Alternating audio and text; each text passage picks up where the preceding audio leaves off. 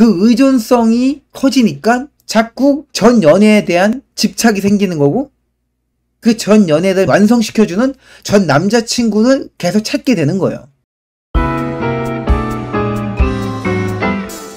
내면의 휴식을 취하기 위해서는 내가 여유가 있는지부터 판단하셔야 됩니다.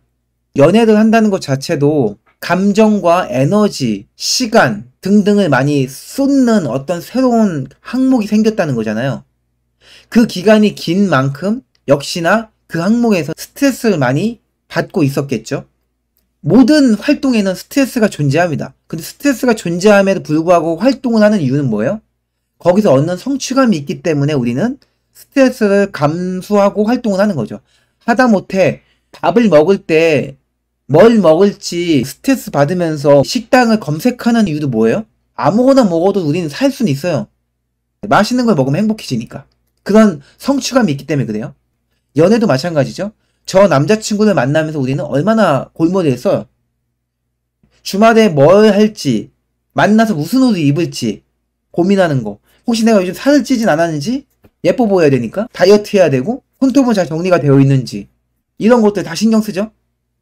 연애에 충분한 시간을 뺄 만큼의 여유를 만들기 위해서 주중에 회사 일을 열심히 해야 되고, 이런 것들을 우리가 쏟잖아요. 거기서 얻는 또 성취감이 있으니까 그런 스트레스를 감안하고 연애를 하는 거죠.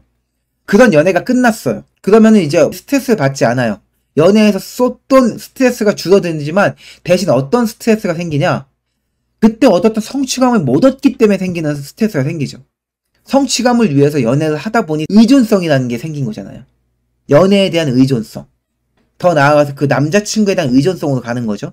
그 의존성이 커지니까 자꾸 전 연애에 대한 집착이 생기는 거고, 그 전 연애를 완성시켜주는 전 남자친구를 계속 찾게 되는 거예요. 근데 그거는 이뤄낼 수 없잖아요. 우리 헤어졌기 때문에.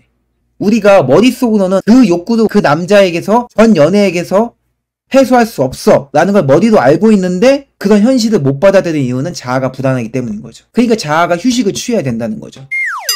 내면에 있는 욕구를 컨트롤하는 일을 자아가 하거든요. 근데 자아가 불안하니까 내면에 있는 욕구를 컨트롤 못하는 거예요. 지금 어때도 올라오는 거예요. 현실에서 이뤄낼 수 없는 욕구가 자꾸 올라오잖아요. 자아가 누르지 못하니까. 그래서 자아가 건강해야 되는 거예요. 보통의 이별을 한 사람들처럼 전 연애, 전 남자친구를 집착하는 행동을 하고 그 감정을 못 벗어나기 때문에 자아가 현실을 못 받아들이고 그 욕구를 컨트롤 못하고 있구나라고 제가 판단을 한 거죠. 그러니 자아가 건강해지기 위해서 휴식이 필요합니다 라고 얘기를 한 거예요. 그러면 자아가 건강해지기 위해서 어떻게 휴식을 취해야 되느냐를 얘기해 볼까요? 휴식을 취하기 위해서 일단 필요한 건 뭐냐면 현실을 받아들여야 되거든요. 현실이 뭔지 얘기해 보겠습니다. 자, 우리는 애초에 연애하기 전에 혼자였을 때도 우리는 행복해지는 방법을 알고 있었어요.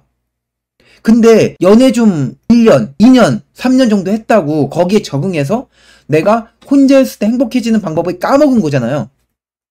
그걸 다시 기억을 되살려야죠. 내가 혼자였을 때 어떤 욕구를 채워서 행복해졌는지를 떠올려야겠죠.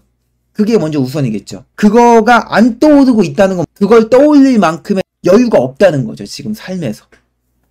일이 바쁘거나 지금 하고 있는 일이 많다거나 내가 삶에 여유가 없는 거기 때문에 일단 시간을 확보받아야 되는 거고, 날 위해서 쓸 수 있는 시간이 충분히 있는데 그런 거라면은 방향성을 못 잡은 거니까 기억을 떠올리면 돼요. 아, 내가 연애하기 전에 혼자 있을 때 어떻게 시간을 보냈지? 뭐 하면서 내가 즐거워했지? 괜히 어설프게 헤어졌으니까 나를 위해 투자를 할 거야. 운동해야지? 이게 아닙니다. 운동에서는 행복하지가 않아요. 대부분 운동은 하기 싫은 거예요. 운동은 즐거운 일이 아닙니다, 여러분. 괜히 헤어지고 나서 운동한다고 막 PT 끊고 그러지 마세요. 더 힘들어요. 본인이 혼자 있을 때 어떻게 행복했는지 떠올려 보세요. 뭐 여러 가지가 있었을 거예요. 엄마랑 같이 여행을 갔던 기억도 있었을 거고, 넷플릭스 보면서 밤새 깔깔깔 웃으면서 시간을 보냈던 적도 있을 거고, 사람마다 다르겠죠. 저 같은 경우에는 아버지랑 같이 등산 가면서 시간을 보냈어요. 피톤치드 맡으면서 중간에 약수터에서 물 마시고 아버지랑 이런저런 얘기하면서 아버지의 기나긴 삶을 통해서 얻은 배움을 얻고 행복해집니다. 이런 식으로 여러분들도 있을 겁니다. 누구나 있어요. 그걸 떠올려 보세요. 내가 어떻게 욕구를 채웠지? 여전히 전 연애, 전 남자친구에 대한 생각이 없어지진 않겠죠. 혼자 있을 때 행복해지는 방법을 하고 있다고 해서 갑자기 전 남자친구가 생각이 안 날 리가 있겠습니까? 주말 딱 되면 원래 남자친구랑 같이 데이트 했었는데 이런 생각 당연히 들겠죠. 뭔가 허하네, 공허하네, 당연히 듭니다. 근데 어쨌든 그건 그거고 현실적으로 내가 내 행복을 위해서 해야 되는 것들이 있잖아요. 익숙해져 있는 부분들로 하는 그 욕구가 행복해지는 더 빠른 지름길인 건 맞지만 현실적으로 할 수 없다는 걸 내 자아가 건강해지면 판단을 하잖아요. 전 남자친구와 전 연애를 계속 이어갔으면 내가 갖고 있는 욕구에서 10을 다 채울 수 있겠지만 현실적으로는 그걸 못하고 대안인 요걸 하면은 현재로서는 한 5밖에 욕구가 충족이 안 돼. 근데 어쩔 수 없잖아. 욕구를 하나도 못 채우고 계속 스트레스만 받을 수 없잖아. 0으로. 5라도 채워야지 좀 살 거 아닙니까? 적어도 요거 5를 채우는 동안에는 생각은 안 날 거 아니에요. 그러면서 조금씩 의존성을 일리 옮겨가는 거예요. 원래 혼자였을 때 욕구를 채우는 행동들로 의존성을 옮겨가면 돼요. 이게 정상적인 방법입니다. 이렇게 해나가시면 됩니다. 그러면서 원래의 나로 돌아오는 거예요. 그러다 보면 어떤 일이 생기는지 아세요?